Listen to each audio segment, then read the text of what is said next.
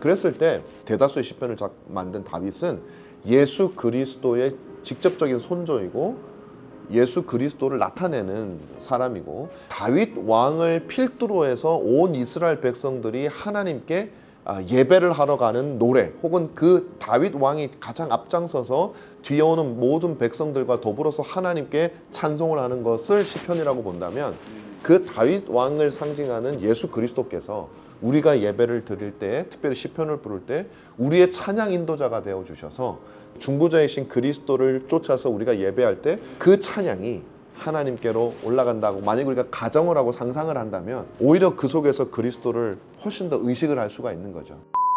이 존 제럴드의 책을 보면 초대교회부터 시편 찬송을 어떻게 불러왔고, 또 중세 시대에 좀 무너졌던 것들이 종교개혁 시대에 다시 어떻게 세워졌는지에 대한 이야기가 나오는데, 목사님께서는 시편 찬송만을 예배에서 부르는 것이 가장 성경적이다라고 보시는지 궁금합니다. 참 시편 찬송 저도 애증이 많이 있어요. 처음 제가 시편 찬송을 신대원에 접했을 때, 그때 이제 접했던 게 제네바 시편 찬송이었는데 너무 재미가 없고 들으면 우울해지고, 무슨 음표가 쭉 있는데 무슨 마디도 없고, 또 거긴 희한하게 우리가 지금 볼 때 이분 음표를 갖다가 한 박자로 부르고 뭐 이렇게 좀 다른 것들도 이상하고요. 음도 너무 단조롭고, 그래서 별로 멜로디적으로 매력적이지가 않았어요. 그리고 별로 부르고 싶지 않은 찬송이었습니다. 그리고 그 시편 찬송을 부르는 사람들은 좀 처진 사람들 같고 구닥다리 같고 외골수 같고 좀 그런 이미지가 저에게 많이 사실은 있었어요. 근데 이제 그거는 제가 그때까지 자라던 우리 시대의 교회, 어쩌면 우리 시대의 사상에 물들어 있었기 때문에 당연히 그런 반응이 나올 수밖에 없지 않았나라고 저는 생각을 합니다. 아마 지금 이 방송을 보시는 대부분의 분들도 비슷한 느낌을 받으실 수가 있을 거예요. 그러나 제가 이제 하나님이 어떤 분이시고 또 교회가 어떤 존재고 하나님의 백성이 어떤 존재이고 그분께서 우리에게 베풀어 주신 구원이 어떤 것이며 우리가 그분께 받은 은혜가 어떻고 우리가 얼마나 부패했는지, 그런 많은 것들을 조금씩 알아가게 되면서 시편 찬송의 아름다움을 제가 상당히 많이 경험하게 되었어요. 여러 가지 이유로 인해서 예배 규정의 원리에 따라서 찬양이라고 하는 것은 시편 찬송을 하나님께서 명하신 것이 맞다고 저는 생각을 해요. 물론 시편 찬송을 안 하면 그게 예배가 아니냐, 이거는 아니죠. 왜냐하면은 아무리 우리가 예배의 규정적 원리를 따라서 한다고 하더라도 세상에 완벽한 예배는 존재할 수가 없어요. 그래서 완벽하지 않은 예배는 다 가짜 예배냐라고 말하는 것은 저는 옳지 않다고 생각을 합니다. 얼마나 더 온전함에 가까우냐의 차이는 있겠죠. 그래서 시편 찬송이 아닌 찬송을 불러도 하나님께서 그 은혜 가운데 그들을 당연히 예배를 받아주시고 또 우리의 마음의 중심이 하나님께 있으면 받으신다고 생각을 하는데, 그러면 시편 찬송을 그렇게 강조하느냐? 그것은 받고 안 받고의 문제는 아니라고 저는 생각을 해요. 어차피 우리는 100% 완전한 거 드릴 수 없으니까. 그게 아니라 하나님이 명하신 대로 우리가 예배를 드릴 때 우리에게 더 큰 유익이 주어진다라고 봅니다. 그래서 그 예배를 통해서 우리가 온전히 얻어야 될 것들을 하나님이 주시는 거죠. 그거는요, 순간적인 느낌일 수도 있겠지만 느낌은 없더라도 그 하나님의 명령에 순종하려고 하는 그 태도, 그리고 어쩌면 때로는 그것을 견뎌내려는 그 태도 같은 것들이 우리가 하나님을 삶에서 대하는 여러 가지 문제들에 있어서 굉장히 큰 유익을 저는 줄 수 있다고 저는 생각을 해요. 그래서 저는 예배 중에는 시편 찬송을 찬양으로 부르는 것이 가장 우리에게 유익하고, 물론 하나님 보시기에도 더 기쁘시리라 저는 그렇게 생각을 합니다. 감사합니다. 제가 또 시편 찬송과 관련해서 앞에서 제네바 시편 찬송을 얘기를 잠시 해주셨는데, 그 칼빈이 편집한 시편 제네바 찬송을 보면 저는 좀 그런 생각은 들긴 하더라고요. 시편을 우리가 성경에서 하나님께서 우리에게 주신 찬송가의 가사로서 받아들이고 시편 찬송을 불러야 한다라고 생각을 하는데, 제네바 시편 같은 경우에는 시편뿐만 아니라 뭐 십계명도 들어있었고 주기도문, 뭐 사도신경, 뭐 이런 것들이 추가적으로 들어있었는데, 그런 부분들에 대해서는 좀 어떻게 생각하시는지가 궁금하고요. 예배 때 십계명을 낭독하는 시간에 부르는 경우로 사용하거나 이런 경우는 있었던 걸로 알고 있지만, 근데 추가적으로 보면 뭐 사가랴의 노래 이런 것들이 같이 들어있잖아요. 마리아 찬가 이런 것들이 시편 찬송에 같이 편집이 되어 있었는데, 그런 거를 부르는 거에 대해서는 좀 어떻게 생각하시는지 궁금합니다. 시편 외에 있는 어떤 성경의 말씀들을 찬양으로 부르는 것이 어떠냐. 일단 기본적으로 우리가 만든 찬양이라고 할지라도 뭐 복음성가든 아니면은 뭐 찬송가든 뭐라고 할지라도 예배 밖에서 부르는 것은 전혀 문제가 되지 않고 그것은 유익하다고 봅니다. 근데 문제는 이제 예배거든요. 예배는 우리 마음대로 할 수 있는 것이 아니라 하나님께서 명하신 대로 드리는, 그러니까 우리가 해야 될 일의 첫 번째는 뭐냐면 끊임없이 하나님이 무엇을 명하셨는가 하는 것을 연구하는 게 첫째예요. 그러니까 이게 왜 유익하냐면 하나님이 무엇을 명하셨는가를 연구하는 그 태도를 가지면서 거기에서 성경 안에서 어마어마한 보물을 캘 수가 있는 거죠. 만약에 우리의 태도가 우리가 얼마든지 마음대로 해도 돼 하면 성경을 점점 등한시할 수밖에 없게 되고, 그렇게 되면 성경에 묻혀있는 더 큰 보물들을 우리가 발견할 수 없게 되고, 오히려 우리가 성경을 마치 지배하는 태도로 성경을 대할 수가 있게 되지만, 하나님 명하신 것을 내가 겸손하게 찾겠다라는 태도는 그 안에서 굉장한 보물을 발견할 수 있는 또 하나의 삶의 태도고 신앙의 태도이기 때문에 중요하다고 보는데, 어쨌든 예배 안에서 시편 찬송은 가장 하나님께서 원하시는 거라고 생각을 하고, 그렇지 않은 것도 아까 말씀드렸지만 찬양의 용도로 주어지지 않은 것은 그것이 안 된다, 그래서는 죄다, 이런 차원은 아니고요. 굳이 그걸 그렇게 할 필요가 있을까에 대한 생각은 들어요. 근데 사실 또 한번 생각해 보면 멜로디가 붙어 있는 것이 그러면 찬양이냐? 또 그건 아니거든요. 그러니까 찬양이라고 하는 것이 멜로디가 있느냐 없느냐가 아니라 어떤 부분에서는 그 내용을 통해서 우리가 찬양을 구분하는 게 굉장히 많잖아요. 시편은 찬양을 목적으로 쓰여진 것이기 때문에 그 외의 것들은 나쁘지는 않지만 굳이 그걸 멜로디를 붙여서 찬양 대신 할 필요는 있을까 하는 생각은 저는 듭니다. 그러나 기본적으로 하나님 말씀 안에 있는 건 다 유익하죠. 네.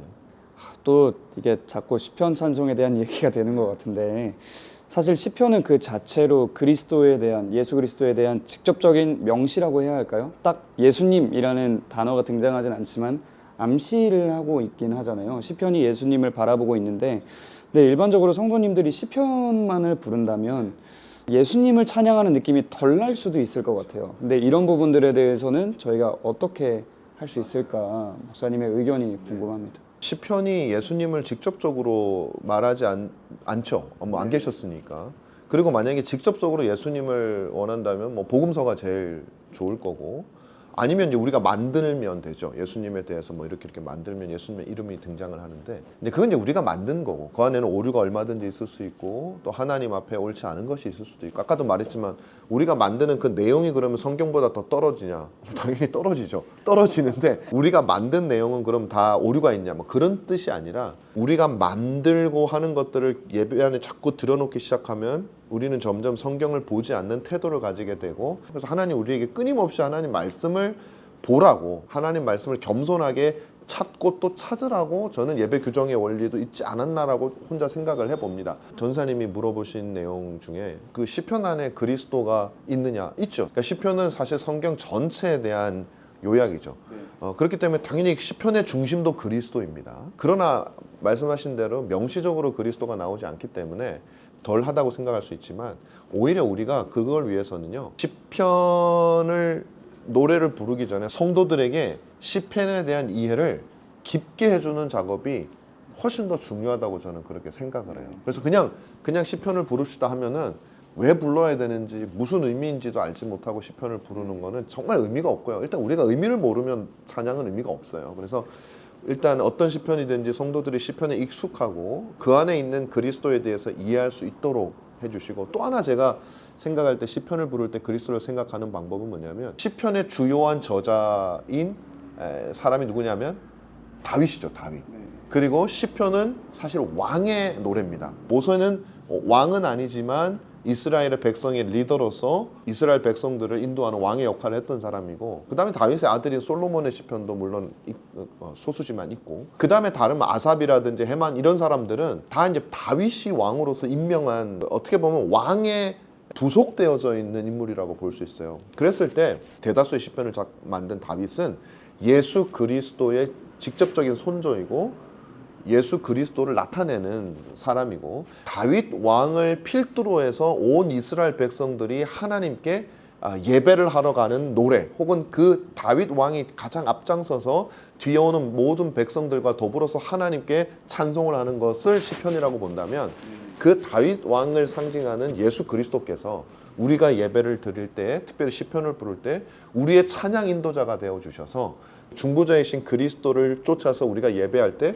그 찬양이 하나님께로 올라간다고 만약 우리가 가정을 하고 상상을 한다면 오히려 그 속에서 그리스도를 훨씬 더 의식을 할 수가 있는 거죠. 그리고 그 시편을 그리스도적인 시각에서 본다면은 우리에게 훨씬 더 직접적으로 뭐 예수님 이름이 나오는 것도 중요하지만 전체적으로 우리 찬양의 인도자를 지금 이 순간에 그리스도께서 우리의 대장이 되셔서 그분이 불렀던 찬양을 우리가 부른다라고 생각한다면 더 복되고요. 실제로 그리스도께서 시편을 많이 부르셨죠. 네. 한국 교회가 정말 목사님이 말씀해 주신 것처럼 시편 찬송을 많이 부르면서 여호와 하나님께 나아가는 교회들이 되었으면 좋겠다는 생각이 듭니다. 그리고 또 칼빈도 시편을 보고 우리 인간 영혼의 해부도다라는 이야기를 했는데 저희가 시편에 대한 이해가 많이 자라가면 좋겠다라는 생각을 해보게 됩니다. 저도 이제 시편에 대해서 막 이제 설교도 해보고 했는데 참 어렵더라고요.